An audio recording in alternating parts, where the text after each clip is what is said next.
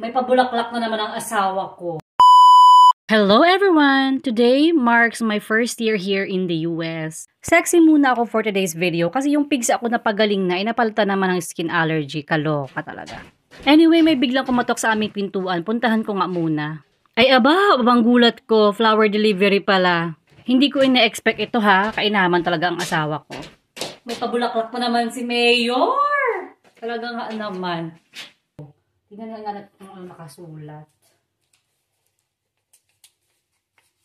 1 year na kasi ako dito.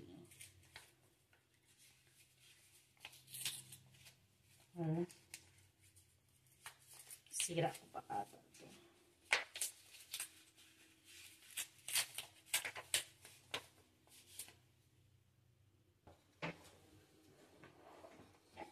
The end of an amazing first year in the US and the beginning of a wonderful second. Love you, Pogi.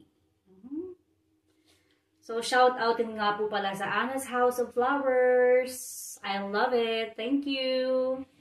Akalain mo yun? Naka-1 taon na pala ako dito. At feeling ko naman ay makakatagal pa ako dito ng marami pang taon. Dahil ang asawa ko ay mabait, mapagmahal at very supportive. Kaya naliles ang homesick. O diba, makakasurvive tayo pag ganun. Hanggang nito na lang po pala ang aking video. Salamat sa panunood. Bye!